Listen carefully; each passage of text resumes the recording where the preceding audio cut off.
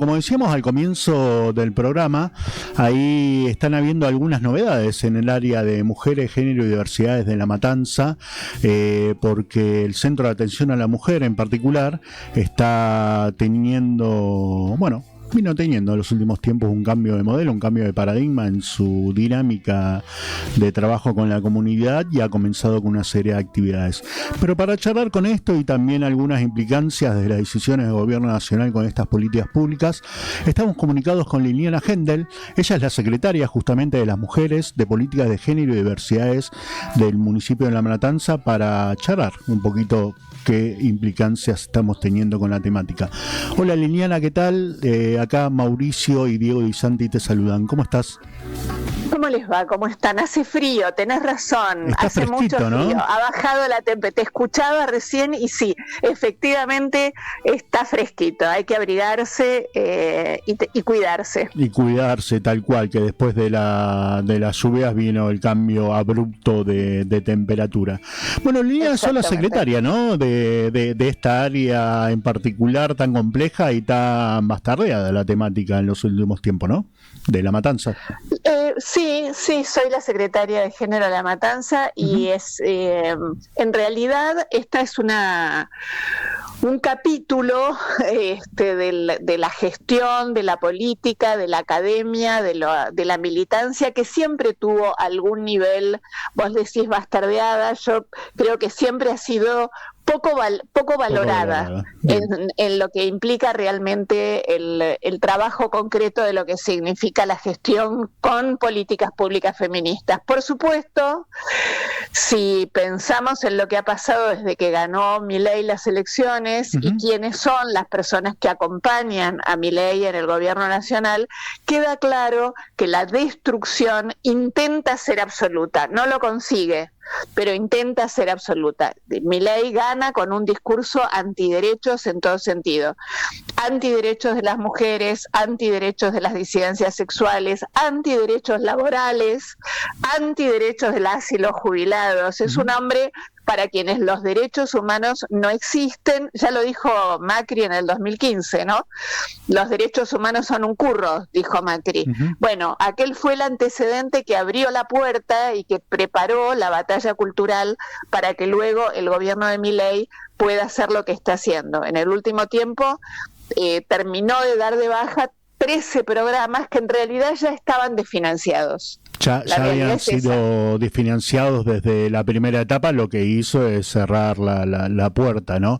¿Nos querés describir un poquito, Liliana? Obviamente vos venís trabajando hace muchos años, me imagino que en la temática, has pasado distintos gobiernos, han pasado distintos gobiernos, algunos apoyaron un poco más, otros menos, tanto en los legislativos como ejecutivos, pero ¿qué implicancia tiene el cierre de estos 13 programas, ¿no? De acompañamiento a las víctimas en general y de promoción de derechos? En general, todo lo que tiene que ver con el cierre de programas empieza por el desfinanciamiento, por el vaciamiento, por el despido de las personas que estaban trabajando en cada uno de esos programas. Y hay algunos programas que son emblemáticos y que seguramente cuando los mencione tu audiencia va a poder reconocerlos con facilidad. Uno es el programa Acompañar. Sí. El programa Acompañar tuvo un alcance realmente muy importante. Después de la pandemia, después de la crisis, con el gobierno de Alberto y de Cristina, el programa Acompañar se consolida y ofrece a las mujeres en situación de violencia de género un dinero solo por 6 meses, un dinero que en ese momento muchas de nosotras decíamos es insuficiente. Claro, cuando lo pensamos ahora que no tenemos nada, la verdad era algo, claramente. Eso era un paraíso.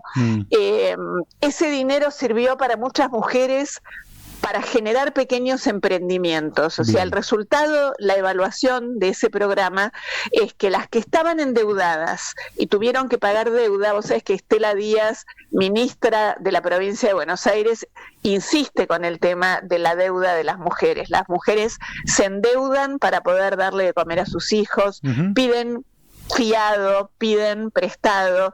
Quienes usaron el dinero del programa Acompañar para pagar deuda, la verdad es que fue un paliativo muy transitorio. Quienes pudieron utilizar ese dinero para generar pequeños emprendimientos o grandes emprendimientos han podido establecer una salida laboral. Y es imprescindible pensar en la salida laboral cuando pensamos en las salidas de las violencias. Ese es uno de los programas que está desfinanciado. Otro de los programas que nosotras en La Matanza queremos particularmente es el de la Ley Brisa, esa reparación histórica con dinero para los huérfanos, huérfanas de madres que han sido asesinadas, de situaciones de femicidio. Ese dinero era realmente una reparación ¿Cómo para se niñas, aplicaba, niños? Perdón que te interrumpa, Eliana, me interesa esa parte también. ¿Cómo se aplicaba este dinero siendo ellos niños y niñas, ¿no? Sin poder recibirlo? Siempre hay adultos responsables, claro, siempre hay abuelas, abuelas, siempre hay tías, tíos, siempre hay hermanos mayores o hermanas mayores de edad de alguna otra pareja, o se designa judicialmente un tutor, una referencia de adulto responsable que pueda administrar ese dinero. La verdad es que eso ha sido también sumamente importante. Y después está, todo lo que tiene que ver con educación sexual integral, todo lo que tiene que ver con acceso a salud sexual y reproductiva, todo lo que tiene que ver con el acceso al misoprostol está desfinanciado. Está desfinanciado la compra de preservativos. Sí. En un país donde aumentan las cifras de sífilis, que es algo que aparecía en los cuentos de Quiroga del siglo pasado. Hace 10 años, ¿no? Uno decía sífilis, decía algo que prácticamente no existía, ¿no? En nuestro territorio. No existe más, reaparece la tuberculosis, en fin, la verdad que el desfinanciamiento en términos de vacunas es muy grave, lo hablaba el otro día con el secretario de Salud de La Matanza, con el doctor Alejandro Colia, un epidemiólogo importantísimo que hablaba de lo que significa no disponer de las vacunas necesarias en tiempos de vacunación, no disponer de lo que significan las hormonas en situaciones de hormonización de adolescentes trans que están en proceso de cambio de identidad, de cambio de sexo-género, y en la mitad del proceso dejan de tener los elementos, las hormonas necesarias. Una locura. Esto no es una locura. Yo creo que además de una locura, lo que estamos viviendo es la crueldad explícita, porque en otros momentos hemos visto la crueldad implícita, la crueldad disimulada, ¿no? Lo hemos visto, por supuesto, en el macrismo, incluso en la dictadura, en tiempos de la dictadura cívico-eclesiástica militar, en los diarios, sobre todo en Clarín y Nación, aparecían ficciones de enfrentamientos. Sí. A quienes les interese la historia, a quienes tengan en su familia padres, madres, abuelos, tías que hayan vivido ese periodo, pueden entrar en Google y fijarse lo que decían los diarios de la época. En un enfrentamiento murieron 2 guerrilleros, en un enfrentamiento, o aparecieron muertos en una esquina, una mujer con un varón y un niño en sus brazos. Es decir, hasta la dictadura, que fue de un nivel de crueldad realmente terrible, porque tirar personas vivas de un avión es realmente una crueldad que no se puede ni pensar, pero disimulaban, a esas personas las dormían, les daban algún tipo de pentotal, de no sé qué cosa, para que estén dormidas. Había un disimulo del ejercicio de la crueldad. Ahora lo que hay es una crueldad explícita, les pegan a los jubilados, los gasean, hay cierto orgullo en decir hicimos esto, intentan realmente romper todos los lazos solidarios que se habían podido construir, y el desfinanciamiento de estos programas que atentan contra los derechos de las mujeres no tiene más que ver que con esa línea de pensamiento. La verdad es que vivimos situaciones de altísima complejidad. Me das el pie ideal, Liliana, y te comento, hace un ratito también tuvimos un compañero acá de la zona, profesor de historia. Nosotros venimos, yo en un caso particular, cuando hablamos con algunos referentes, dirigentas, vinculados a políticas públicas y sobre todo a políticas sociocomunitarias, digamos, o sociales, les preguntamos tenemos siempre lo mismo, ¿no? Un poquito esto que traes a colación vos. ¿Vos creés que el gobierno de Milei genera este odio, tiene este odio y resentimiento con las poblaciones más vulnerables o las minorías o las disidencias, o es una mirada ideológica hacia toda la población más allá de su extracto social, hacia la sociedad en general, digamos? ¿Qué se te ocurre a vos? Porque pareciera también por momentos que tiene un poco de saña con aquellos en situación más vulnerable, ¿no? Quizás. Sí, bueno, ellos al mejor estilo de las razas arias y de la superioridad, Milei lo dice, ¿no? Somos superiores, somos más lindos, somos más no sé qué, somos mejores. Lo decía en la campaña, lo siguió diciendo. Yo creo que él tiene la profunda convicción de que efectivamente ciertas personas con determinadas características son superiores a otras, y ahí entran las cuestiones de la etnia, del color de piel, de la posición socioeconómica, de quien puede o no acceder a determinados valores del mercado capitalista y quien no puede hacerlo. Ustedes saben que las mujeres históricamente en un país empobrecido las mujeres son más pobres. Obvio. Y esto es muy largo de explicar, hay razones contundentes, no solo la brecha salarial, cobramos menos por igual trabajo, tenemos menos acceso al trabajo formal, porque en general somos quienes estamos a cargo de los cuidados de las infancias, pero también de las personas adultas mayores. Sí. Y en general accedemos a trabajos más precarizados, las maestras, las enfermeras, las cuidadoras, en general en una sociedad precarizada. Lo digo esto para que no me digan, todo el mundo está precarizado. Sí, es cierto, en este momento todas y todos estamos precarizados, pero hay una mayor precarización sobre las mujeres, y ni hablar sobre las disidencias sexogenéricas. El ataque a esa población, que somos la mitad más uno del universo, no somos un pequeño grupo, somos la mitad del universo, somos la mitad de la ciudadanía, somos la mitad de las consumidoras, ¿no? Ese ataque es un ataque que está sustentado por el odio y el desprecio, absolutamente. Y sobre todo porque creo que en las últimas décadas las mujeres, los feminismos en el mundo, pero sobre todo en nuestra región, se corrió del lugar que el patriarcado nos asigna.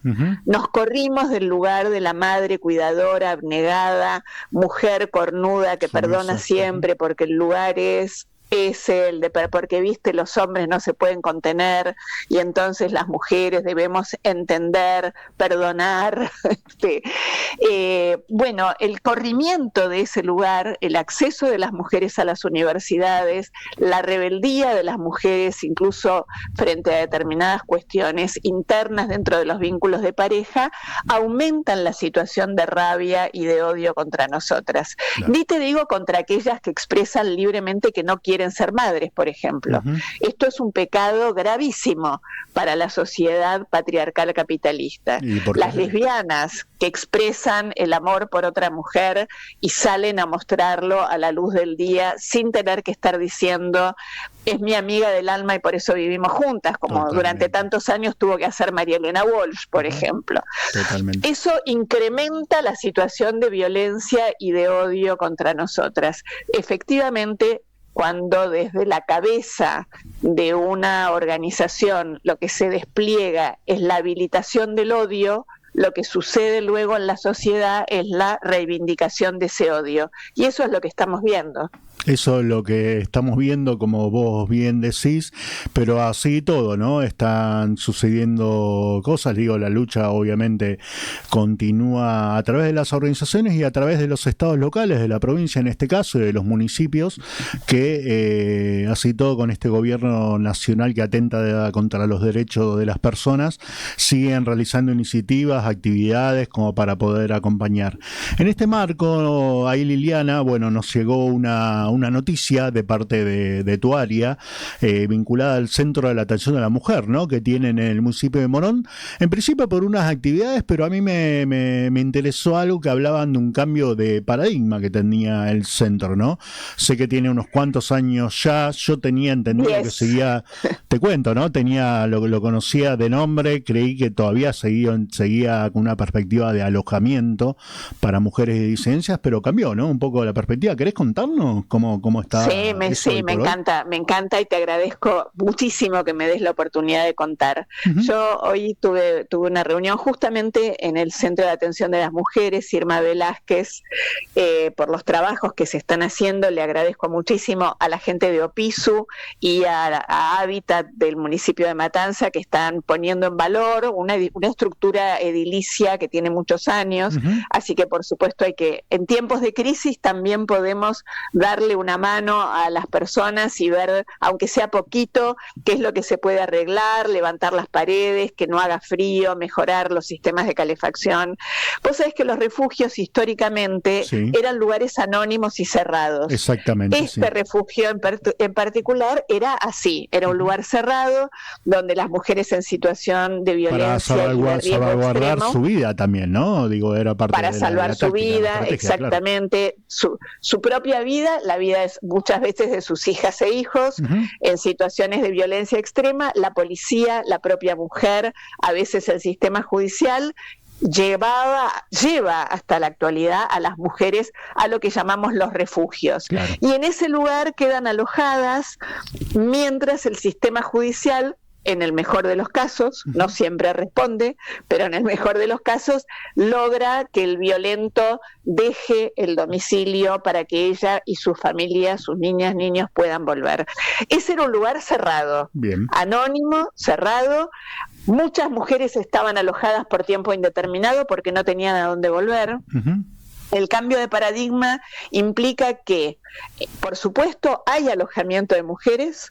Hoy, de hecho, te cuento que estuve ahí y había varios niños, niñas y algunas mujeres madres que estaban allí alojadas.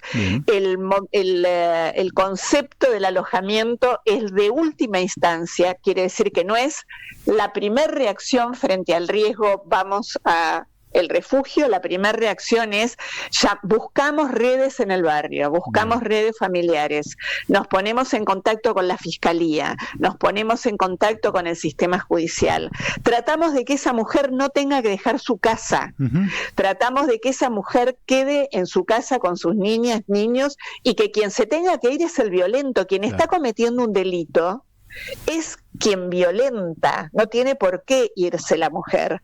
Ahora bien, si en la situación de riesgo no hemos logrado eso, por supuesto que la mujer se aloja en el refugio, pero el sistema, digamos, el área de justicia se pone en funcionamiento y tratamos de que ese alojamiento sea breve, sea por un tiempo realmente corto, transitorio, ¿no? Y según la necesidad. Ahí, Liliana, déjame preguntarte, bueno, en principio recordarle a quienes están del otro lado, estamos hablando con Liliana Hendel, ella es la secretaria de las Mujeres, Política de Género y Diversidades del municipio de La Matanza, ¿sí? Y estamos hablando en este caso, ahora en particular, sobre el Centro de Atención a las Mujeres que está planteando un cambio de paradigma. Liliana, salvando las distancias, cuando hablábamos de esto del cambio de paradigma, me hizo acordar también al cambio de paradigma en su momento de las políticas de niñeces en el Estado, ¿no? De que siempre es resguardar no solo la vida de las víctimas en este caso, sino priorizar su situación, ¿no? De que cuando pasan este tipo de situaciones, que no quede el varón cómodo en su casa y las niñeces con la mujer viendo que comen, dónde duermen, cómo las acompaña el Estado si es que está presente, ¿no? Y ahora en función de esto te voy a hacer una pregunta difícil, sé porque sé más o menos qué es lo que pasa. En función de este cambio de paradigma también que tienen desde la logística municipal, ¿hay un acompañamiento de parte de la justicia? Porque también son decisiones que se tienen que tomar dentro de todo urgentes, ¿no? Para que el varón salga de la casa. Dos cosas.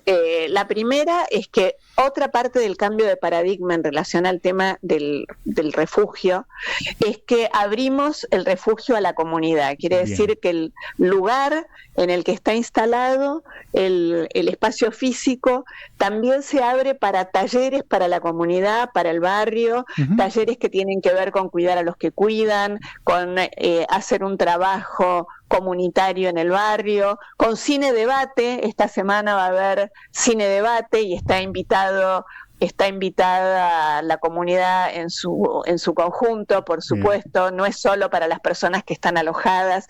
La Matanza, en ese sentido, tiene una comunidad organizada, barrial, en los diferentes barrios, que es muy impactante, es muy fuerte.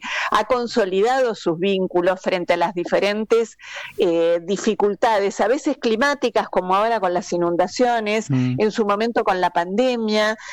Han consolidado vínculos frente a los cuales me parece que también el barrio busca cuáles son los resortes para enfrentar las situaciones de consumo de las y los adolescentes, que es una situación realmente de alto riesgo y muy grave, con el narcotráfico instalándose en nuestros barrios y Milei habilitándolo, ¿no? Digamos todo. Milei habilitando que entre en capitales sin necesidad de explicar a qué son. Nosotros vamos a cumplir 5 años. Bien. La Secretaría nació en el 2020. Una de las tareas que nos dimos muy fuertemente fue mejorar el vínculo con el sistema judicial. La doctora Piermarini está al frente del área de acceso a justicia con un conjunto de abogadas, y el trabajo que se hace con las fiscalías, con las y los jueces, con la defensoría, ha sido cuerpo a cuerpo a lo largo de estos años. Así que la respuesta a tu pregunta en relación a si el sistema judicial acompaña, hoy, a mediados prácticamente del 2025, podría decirte que mayoritariamente sí. Bien, qué bueno, qué buena. Mayoritariamente nos acompañan, salen las exclusiones, salen las cautelares, sale todo aquello que necesitamos para el cuidado de las niñeces. Por supuesto que tenemos mucho trabajo por delante. Si vos me preguntás, ¿estás totalmente conforme con lo que está sucediendo? Yo te voy a contestar honestamente no. Honestamente no, porque me parece que todavía tenemos mucho trabajo que hacer, tenemos mucho camino por recorrer y hay que seguir trabajando. Si me preguntás cómo estamos en relación a cómo estábamos, estoy feliz. Estoy feliz porque realmente el sistema judicial, y también déjame decirte, la otra pata que acompaña la posibilidad de sostener derechos, tanto en el refugio como en todas las áreas de asistencia, tiene que ver con seguridad, con la policía, con las comisarías de la mujer, con guardia urbana. Bueno, ese entramado, esa red que tejemos entre los barrios, la comunidad, la sociedad civil y la pata de la justicia y de la policía y de la seguridad, van conformándose cada vez más consolidadamente. Bueno, falta, falta un montón. Me imagino, falta un montón. Me imagino, porque también es una lucha diaria y uno nunca está conforme, ¿no? Y está bueno eso, pero bueno, da cuenta también de la necesidad del trabajo articulado y qué pasa cuando se trabaja en red, ¿no? Y también reconociendo las dificultades de cada uno de los efectores, ¿no? Porque todos tienen complejidades en su propio sistema y mecanismo, pero si hay una articulación siempre sale todo mucho mejor. Liliana, te agradecemos muchísimo por este espacio. Ahí, para quienes están del otro lado, recuerden, el Centro de Atención a la Mujer cambió de paradigma, no solo en su estrategia, sino también en su forma de abordar algunas complejidades, y está abierto a la comunidad para que todos y todos se acerquen. Irma Velázquez, ubicado en Alberti de José Hernández, acá en San Justo, acá cerquita. Liliana, muchísimas gracias. Recuerdo también que nuestro teléfono, que es 24/7, estamos permanentemente con una atención incluso de guardias, es el 0800-999-7272. Esta es una secretaría, como decimos siempre, abierta a la comunidad, así que estamos a disposición para responder las consultas que sean necesarias y para acompañar las situaciones en que seamos necesarias. Perfecto, lo vamos a estar subiendo a nuestras redes también. Liliana, muchísimas gracias. Permitirnos contar con con vos a lo largo del año para alguna noticia que tengamos ahí que queramos compartir con vos, y tenés este micrófono abierto para cualquier iniciativa, ¿sí? Muchas gracias. Te lo agradezco muchísimo, un abrazo grande. Un abrazo a vos. Estuvimos hablando con Liliana Hendel, secretaria de las Mujeres, Políticas de Género y Diversidades de La Matanza.